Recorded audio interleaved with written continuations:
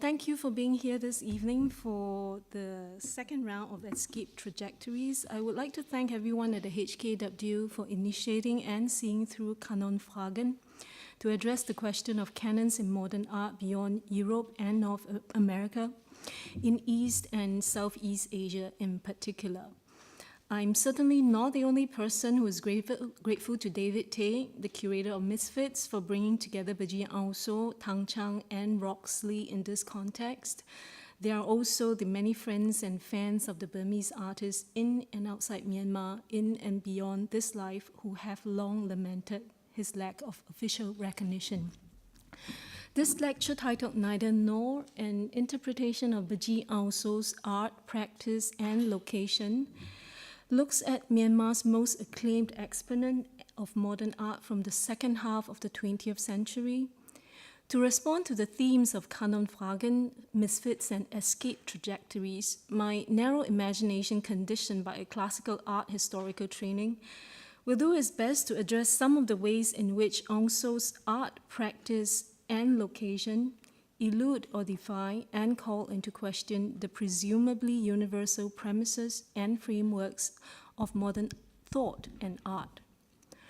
Location here has a second meaning extending to where and how he might be situated with respect to the diversifying narratives and canons of art today.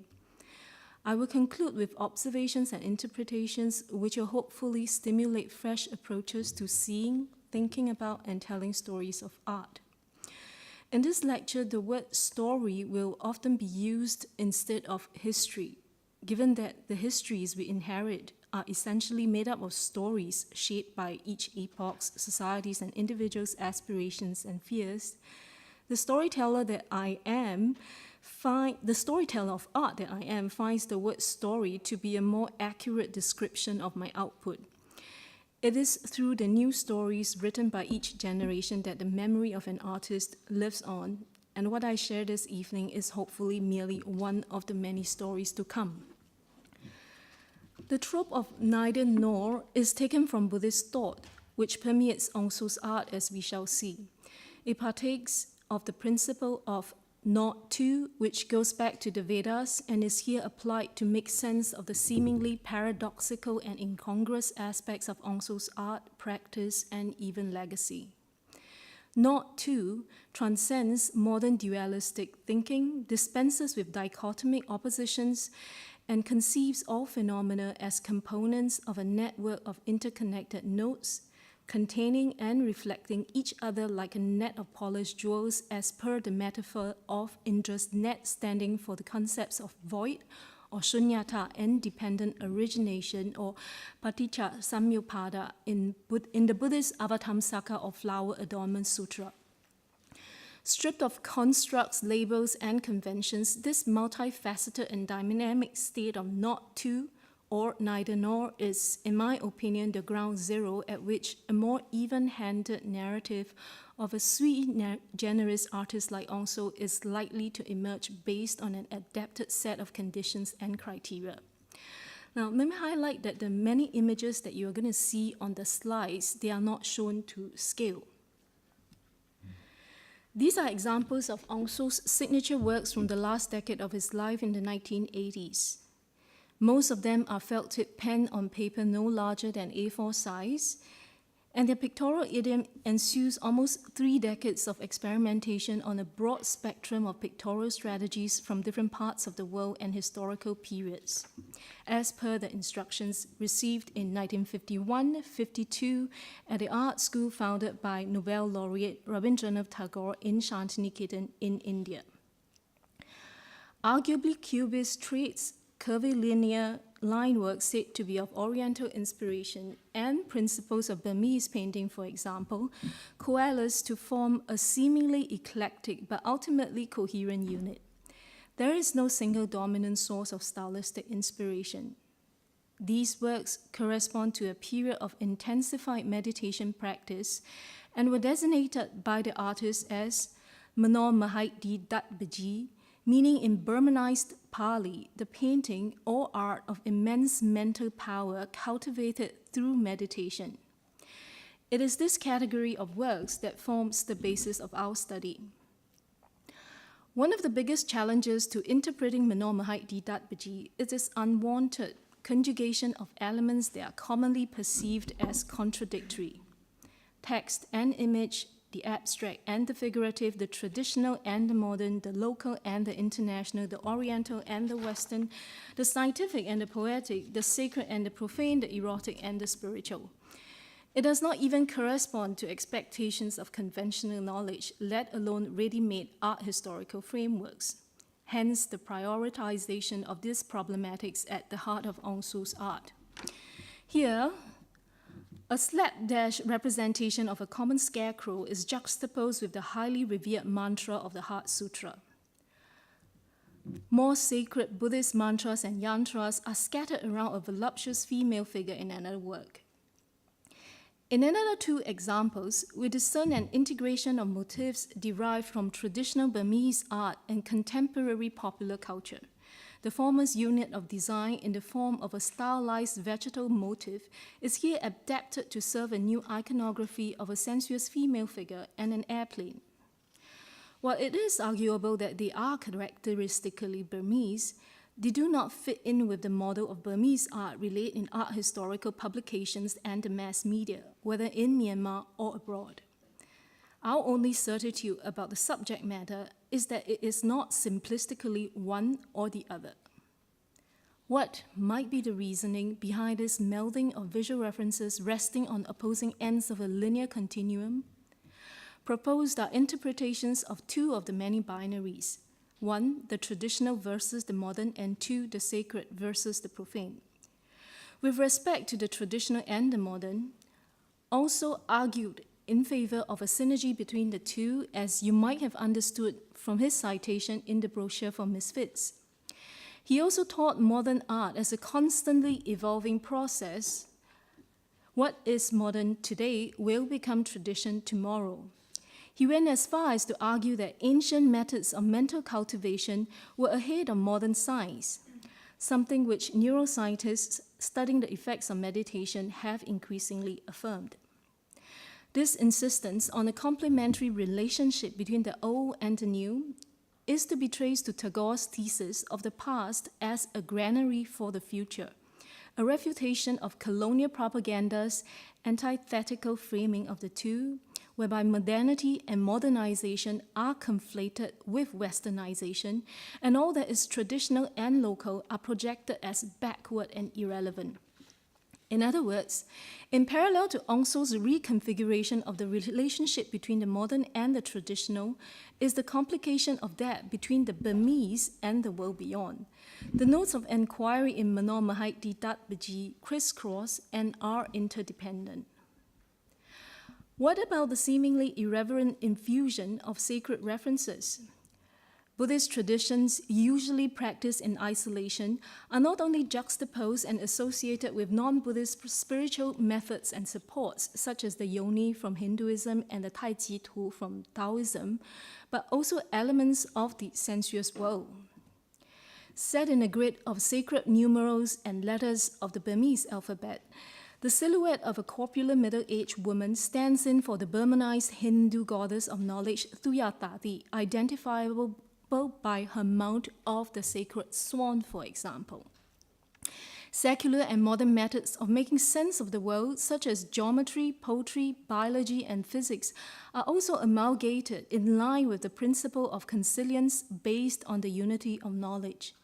A mathematical graph illustrates the impermanence of conditioned phenomena, here specified as Sankara in Burmanized Pali, is the image in the middle. Einstein's formula on mass energy equivalence is juxtaposed with signs and symbols from local spiritual practices and mathematics. As can be seen in his notes to his students, Aung Soe's idea of an education included the study of meditation, mathematics, psychology, the esoteric arts, and the natural sciences too.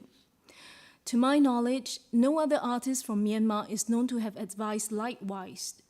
It seems to be unprecedented in the history of modern art in Myanmar as well as Southeast Asia. It has been primarily the commentaries of Buddhist scholars and teachings of modern Buddhist tantric and Zen practitioners and masters two Buddhist traditions repeatedly cited by Aung Soe that shed light on the logic underlying the seemingly paradoxical elements of his art. By logic, we lean on Claude Lévi-Strauss's argument that even something as foreign to modern science as magical thought is not without its own logic.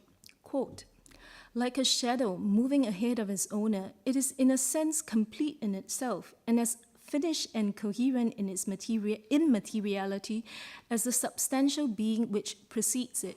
It forms a well-articulated system and is in this respect independent of the other system which constitutes science, except for the purely formal analogy which brings them together and makes the former a sort of metaphorical expression of the latter. End of quote. A succinct commentary that encapsulates the significance of Aung Soe's melding of entities which are conventionally interpreted as antipodal comes from Chogyam Trungpa, one of the first Tibetan tantric masters to teach in the West following the Tibetan uprising. He writes, quote, in the tantric tradition, the experience of life is regarded as an endless ocean, a limitless sky, or it is regarded as just one dot, one situation. Therefore, the idea of not two, or the Advaita principle, is an important principle in Tantric Buddhism. It is not two, but not two does not only mean be one. If you do not have two, you also do not have one. It is just no, rather than even not. It is one value, which means no value. End of quote. This tantric state of mind is comparable to that preceding the linearization of thought and the invention of the alphabet, whose manner of operation has been defined by André Leroy-Gokhong as radial thinking. It is said to be uninhibited by the quote, intellectual process which letters have strung out in a needle-sharp but also needle-thin line, end of quote. Admittedly, if Manor Mahidi Datbaji has been perceived as inscrutable both in and beyond Myanmar, it is perhaps also because its perception involves cognitive processes we no longer excel at. It, in addition, backs an adapted mode of expression capable of articulating its logic and genius. Given Aung Soe's interest in Tibetan Buddhism and Tantra, to the extent of adding mantras written in the Tibetan script to his works, he could not have been unaware of the notion of not two expounded by Trungpa, even if not in these exact words. It is no coincidence that he repeatedly inscribed the formula of 1 plus 2 equals 1, associated with esoteric arts in Manor Mahidi Datbaji. Similarly, not three does not actually mean be one, but rather a one situation, an empty yet full space like Trungpa's endless ocean and limitless sky, in which advanced spiritual transformation may be accomplished following the silencing of the conceptual mind and conventional knowledge. In Aung Soe's words, it is the unity of, quote, one, form, and two, mind, end quote, which has nothing to do with the ways of mathematics. In a nutshell, it is crazy wisdom, a term also coined by Trungpa to mean tantric intelligence. Considering Aung Soe's propensity for playing the madman, possibly to circumvent the pressures of a highly censorious and conservative society, crazy wisdom was arguably his mode of existence too. He behaved and dressed in unusual ways as if it were his duty to disrupt the climate of subservience. A belt is never worn over the traditional lower garment, for example, and he took delight in the company of patients interned at the mental hospital where he was similarly confined during fits of inebriety. He was neither the sage nor the lunatic. He embodied the entire spectrum of the two. The Zen Enso is probably the most well-known symbol for this one value, which means no value. Although almost unheard of in Myanmar, it appears in a significant number of Aung Soe's works and notes, and is likely to have been the inspiration for his zero theory. He wrote, quote, do not think that the small number zero is worthless. insignificant and of no importance, end of quote. He further indicated that it signified a good number of things. It can be a graphic component, the letter of the Burmese alphabet Wa, the number 0, a ball, a face, the sun, the moon, the world, and even more when combined. Its polyvalent character is characteristic of Aung Soe's liberal manner of associating imageries and semantics with minimal preconceived notions of the right and the wrong. Forms, colors, and ideas take on multiple meanings and roles so freely that it can be short-sighted to prescribe rigid parameters for their interpretation. Alongside this, his animated words often replete with esoteric signs and symbols, are seemingly naive representations, as if Aung Soe subsequently came full circle from the depths of erudition to simplicity. Precisely because a single form can be so many things at one time, its intended meaning is ambiguous, and deliberately so. Aung Soe's signature, which at times doubled up as a pictorial motif, was variably explained on different occasions. He said it was the pattern painted on children's cheeks using ground tree bark functioning as sunscreen, but he also said that it was the design found on prehistoric ceramics and the planets of our solar system, all of which are probably valid. Underlying Menor Mahit Didat Bagyi's multi-layered significance is arguably the central theme of uncertainty, flux, and the dependence and interpenetration of phenomena. A practitioner of insight meditation or vipassana meditation also would have observed that no phenomena exists independently and immutably, not even the breath. Thoughts and recollections come and go like clouds in the sky. The breath rises and falls like the movements of his felt-tip pen across paper. Conceivably, the Buddhist tenet of impermanence and the law of dependent origination contained in the principle of not to are even etched in the very materiality of Menor Mahit Didat Bagyi. Also could not have been ignorant of the properties of felt-tip pen on paper, an unpopular medium that relegates his art to the hinterland of an art market and art historical narrative centered on oil and acrylic on canvas. He could not have been unaware of his compounded vulnerability in sunny and humid Yangon. His insistence on using it nonetheless constitutes participation in the accelerated disintegration of his own works. In so doing, for the same reason why monks of the Tibetan lineage make and destroy sand mandalas and butter tormers upon their completion, he sublimated attachment, subdued the ego, and transformed greed and anger into a state free from greed, anger, and ignorance through artistic practice, as he specified in the text at the back of a drawing shown in the exhibition Misfits. The spiritual transformation continues with the viewer or owner of the works, who experiences at first hand the veracity of the said principles through the fading colors and browning paper. In Myanmar, homage to Aung Soe has been paid in the form of exhibitions and anecdotal articles, both antemortem and posthumous, many of which have been uploaded to the open access database of Aung Soe's illustrations. In the eyes of fellow Burmese artists, he remains the most outstanding avant-garde artist of the modern period. Perceived as immensely talented, flamboyant, tormented, impoverished, drunk, and mad, he embodied his countrymen's and women's ideal of the self-sacrificing artist above material gain and fame, as well as the modern myth of the genius artist. For intellectual students and avid readers that most Burmese were, he was in addition Myanmar's most illustrious illustrator. Some might also recall his cartoons. In the literary and publishing world, being the poet's artist par excellence, he was given carte blanche for the most part of his career to illustrate as he wished.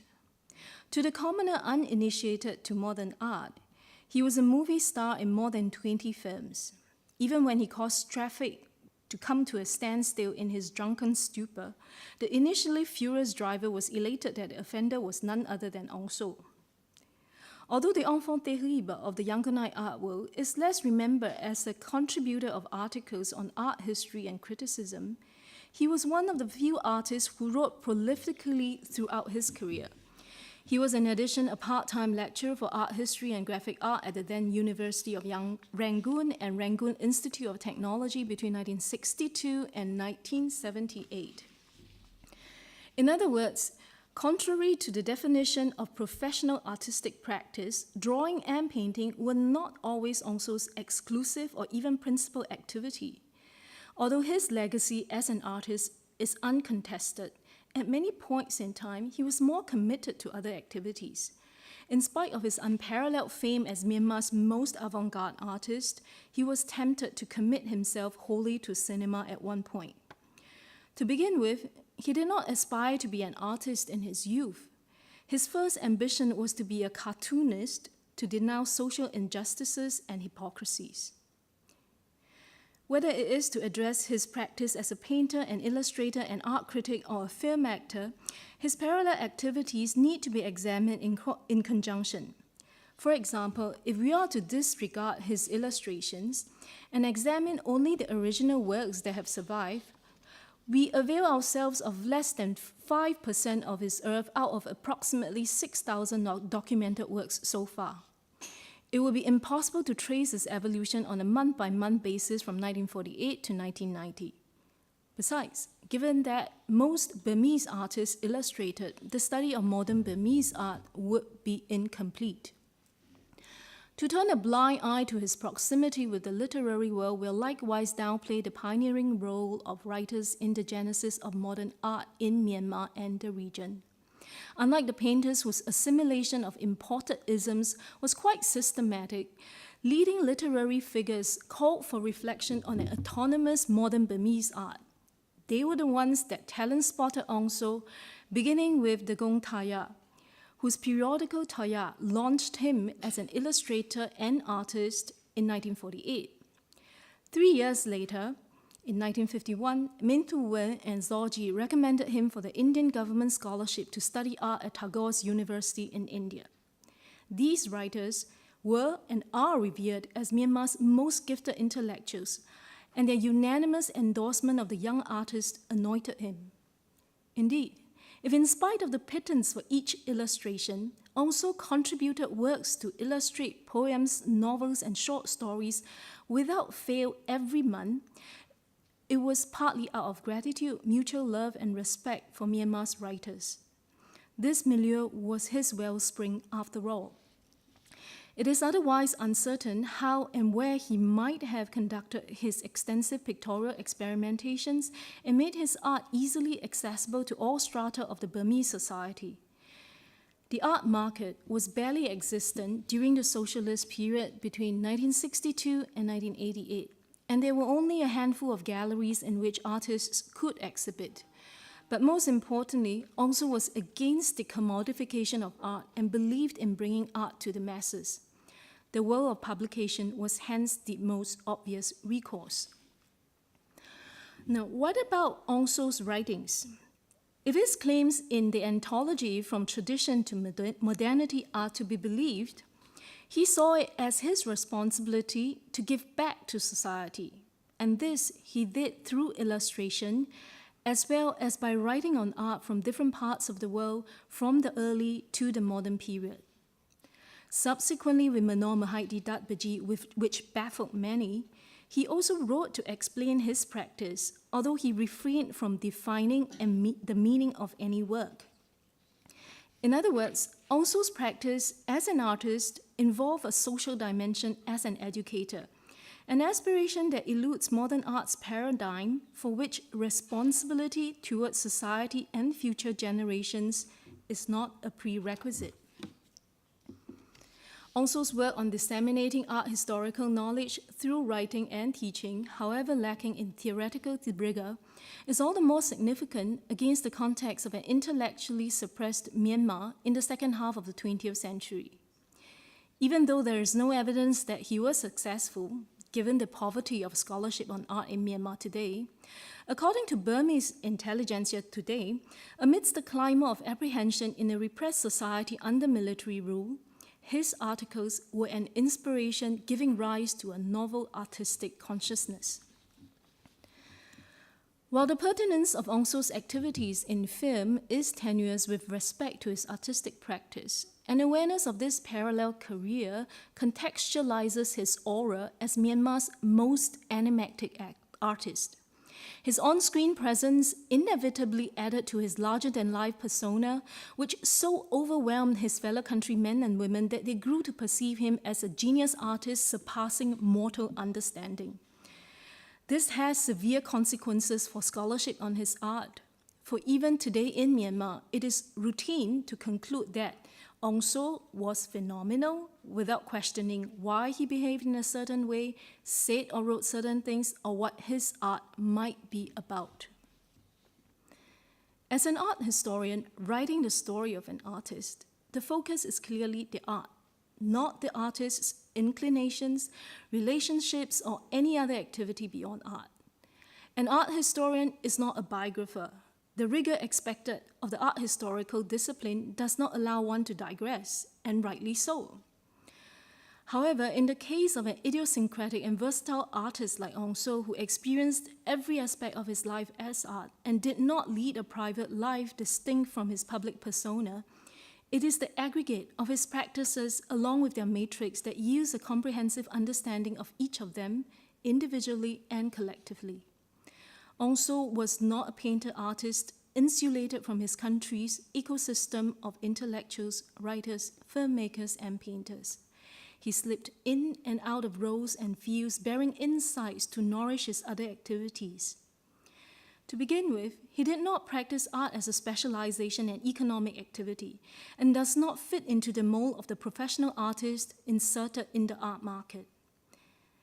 Before moving on to the last part of this lecture on the location of Aung Soe's art and practice, we recall his 24/7 practice as a Buddhist, which amongst his many pursuits is the most crucial to making sense of his art in and on his own terms. But it is also the most awkward with respect to the positivist methods of art history, especially in modern art. It is not even a pursuit that partakes in the economy of modern secular society like cinema or illustration. The cultural fact and historical factors specific to Aung Soe's location in 20th century Yangon alone lay bare how there can be no facile story of his art aligned with art historical frameworks shaped by a Eurocentric historical experience. This contextual investigation merits an entire lecture on its own. I have alluded to some of these factors and now bring to your attention how polyvalent practice was lauded, not disparaged in Myanmar. Instances of crossovers between art, literature, and film in Myanmar were not rare. Bagyi Aung Soe, who directed Aung Soe in a few films, for example, is also an excellent and successful painter. Acclaimed film director U Tumao wrote and painted too. The concept of the professional excelling in a single field had no currency in this culture, where painters, writers, and filmmakers worked in symbiosis. Other factors include the local perception of art and painting, Buddhist ethics, conditions for the inception of modern art, censorship, etc. But with respect to the theme of our gathering, of greater pertinence than Aung Soe's physical location is his place in the history of art. Although he is recognized as the leader of modern Burmese art, his works are not at all representative of his peers, whose media and pictorial idioms are relatively undifferentiated from Western modernist painting. To date, to be modern in Myanmar continues to be conflated with being westernized or being international. Aung Soe's exclusive initiation to Tagore's definition of true modernism as freedom of thought, freedom of mind, and independence of thought and action made him an exceptional artist at the price of being an outsider of his own country weighed down by intellectual and cultural servitude. As argued in previous papers, if Aung Soe's art and practice must be attached to a nation, it is to that of Tagore's Shantiniketan, not Myanmar. The parallels between his philosophy and the ashram's teachings are remarkable and impossible to dismiss. Even though he was physically in Yangon after leaving his alma mater and did not ever return to India again, his conversations, writings, and works of art suggest that his thoughts never left Shantiniketan. It was from this ashram, aspiring to be where the world would roost in one nest, that he spread his wings to draw from the depths of ancient and esoteric knowledge, insights to nourish his own artistic practice. Between Southeast Asia, of which Myanmar is a part, and South Asia, it is the latter that offers greater potential for interpreting Aung Soe's art. Historically, it was also the subcontinent that the Burmese looked to, not the region called Southeast Asia today, a very recent construct whose invention during World War II paid no heed to the histories and realities of the peoples concerned. This said, Aung Soe has no place in the history of Indian or South Asian art either.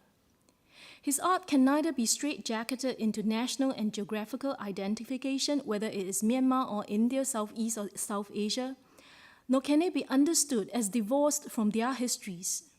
His art straddles not only histories but also territories, and it was intended as such in every way, given his position against nationalist discourses and his nuanced identification of himself as both a Burmese and citizen of the world in the spirit of Tagore. Lastly, how about Manor Mahaidi Dat Baji's location in the master narrative for Buddhist art?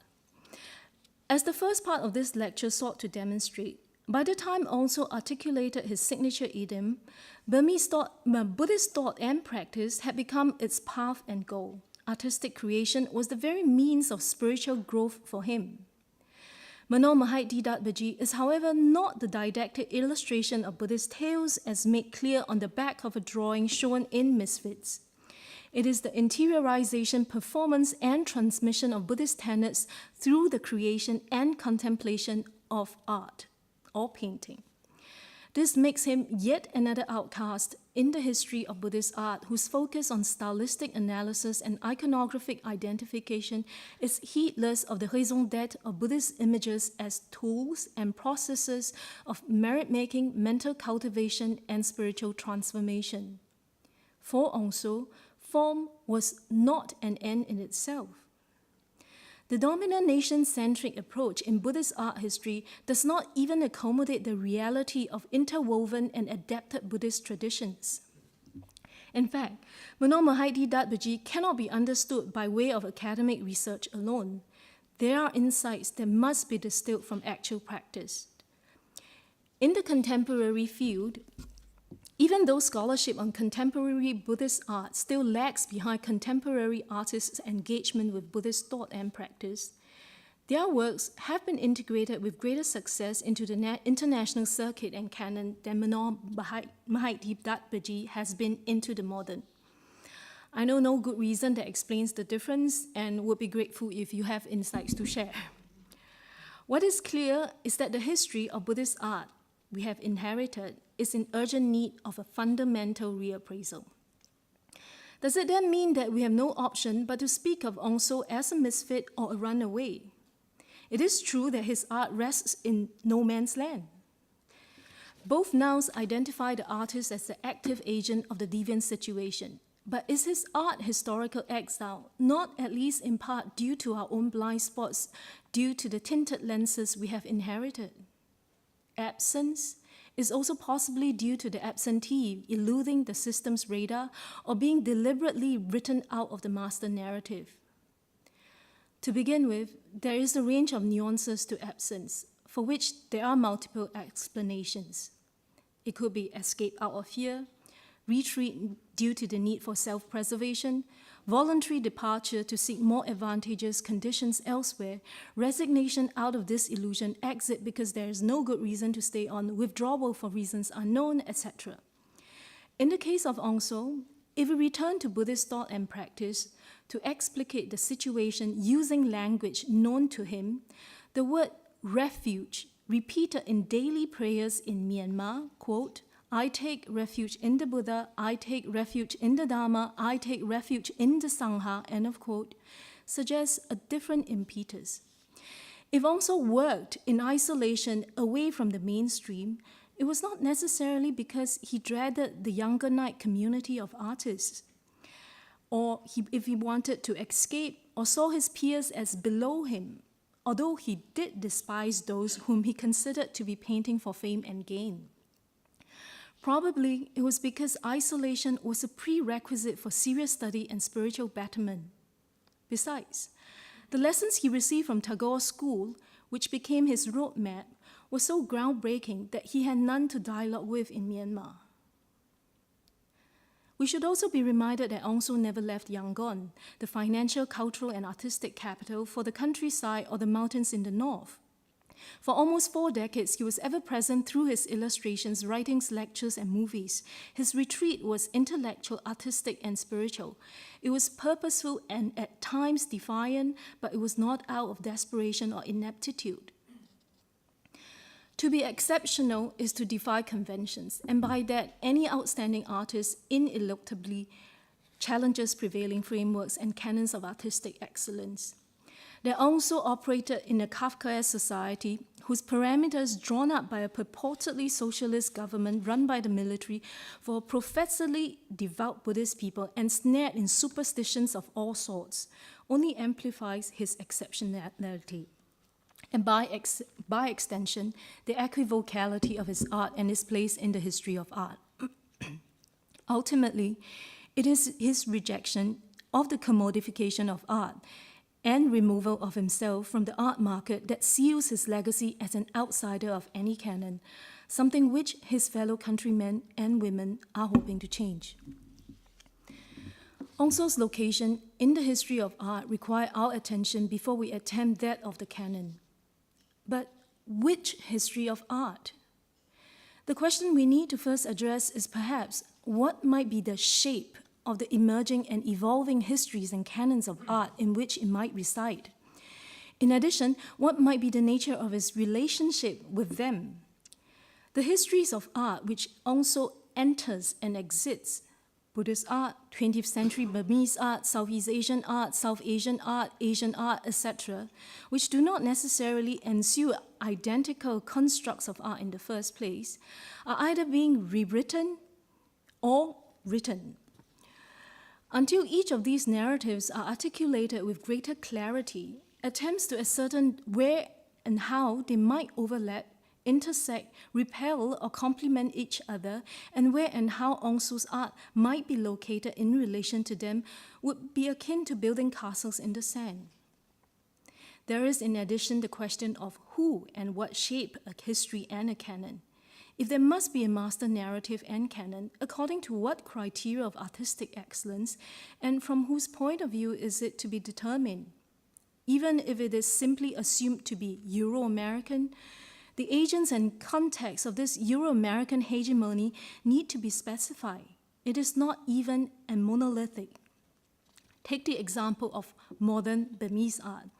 Should its story and canon be defined from the standpoint of Burmese artists, foreign academics like myself, since there is no homegrown scholars of art from Myanmar, curators of collecting institutions in North America and Europe, or local, regional, or international art dealers and collectors? The reason why I'm asking these questions is because I don't have an answer. With respect to the art market, whose role in the canonization of artists begs conscientious studies, is there a sufficiently developed one for modern Burmese art in the first place? The local art market that was virtually inexistent before 1990 is still at a relatively nascent stage. There is no consensus on the price of Aung Soe's works, whose value in Myanmar is now virtually reduced to the number of zeros in US dollars, a perversion of all that he stood for. If we must speak of the canon, may I propose canons in the plural as a competing tool of thought? There is no one fixed center or canon and periphery. We are also outsiders of the regimes we are part of.